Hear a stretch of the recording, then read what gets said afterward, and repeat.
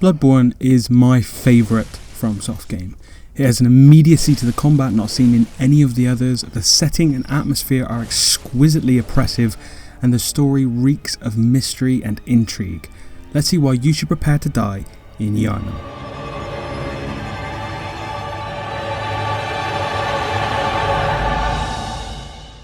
Bloodborne is a Souls game. The combat is tactical, deliberate, and punishes you for your mistakes.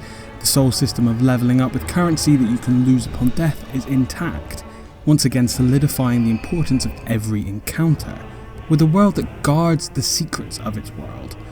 To someone who doesn't know what to look for, it can be difficult to drill down to the actual narrative. It's even more difficult to really understand the intricate depths of the story. This type of storytelling is a perfect fit for the Lovecraftian horror theme that Bloodborne adopts. You see, Lovecraft stories largely revolve around monsters that are unknowable, so immense and powerful that the human mind cannot comprehend them. And if you even begin to try, you will gradually go mad. So having a form of storytelling that is obtuse and obfuscated bolsters that mysterious and foreboding tone. This tone runs through the entirety of the game, and infuses each environment with a heavy, oppressive atmosphere. While travelling through Yharnam, you will hear the wail of people in pain and the screeches of inhuman creatures pierce through the silence. The buildings are intricate and Victorian, with their imposing figures casting a shadow across the land. The humans that you do come across are either desperate, evil, or losing their mind.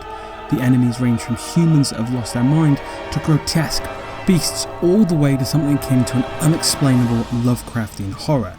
There is little hope to be found in the world of Bloodborne, however it is hard to deny that this hopeless landscape is beautiful. The grandiose cathedrals, dense forests and destitute dungeons are all beautifully rendered with detail, character and a consistent sense of identity. One way that Bloodborne diverges from its Souls origin is in the combat. It still encourages a calm and considered approach to combat, but injects some new life into the formula, with mechanics that encourage a more aggressive playstyle. To start, you can't cower behind your shield in Bloodborne, there simply aren't any. Instead you are equipped with a gun in your offhand. These aren't really used for damage, but can be used to stun and parry enemies by shooting them at the right point in their attack animation. To compensate for this loss in defences, Bloodborne grants you enhanced mobility. You have a dodge to get you out of danger. Even when you are caught by an enemy attack, you're encouraged to go in for further attacks due to the regeneration system. You see, for a few seconds after losing health, you can recover it with hits on enemies.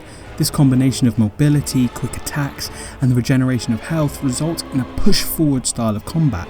You find yourself dancing around enemies, dodging in for a couple of attacks and circling around them. Along with this, you've got the awesome trick weapons. Each of these allow you to switch between two modes, like a normal sword and a hammer, or a suave cane and a whip. These are fun to use and a definite improvement on the bog standards weapons seen in many other action games. The switching mechanic also adds an extra foil to the tactics of fighting, as you can switch modes in mid-combo. The player may be more mobile and able to dish out serious damage with cool ass weapons, but to account for this, the enemies in Bloodborne have their own tricks.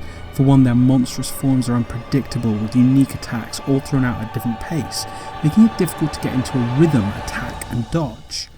Not to mention the size or speed of the enemies, particularly the bosses. There are some generic big bad guys, but the majority of fights require some adaptation, forcing you to learn the pattern and tactics needed to take them down. Pitting your wills, speed and amazing attack power against these giant bosses is some of the most satisfying gameplay I've experienced in games. So, the core game is fantastic, but what about the Old Hunters DLC? Well, it does a great job in telling an interesting self-contained story while also fleshing out the lore of the entire world. It also is a place to find the most difficult bosses in the game, perfect for someone so deep in that they want some extra downloadable content. Even if you manage to breeze through the game and the DLC, there's always the Chalice dungeons, randomly generated dungeons that you can repeat and work through the different levels of difficulty. They don't have the story to pull you along, but if you find yourself falling in love with the combat like I did, it's a great place to just kill more shit.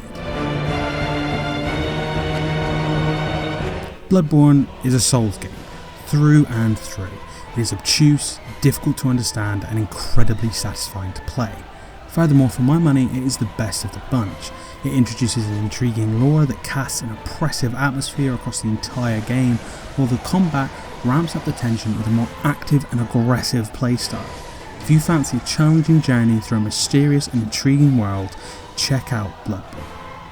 Thanks for watching, subscribe if you're so inclined, and I'll see you next time.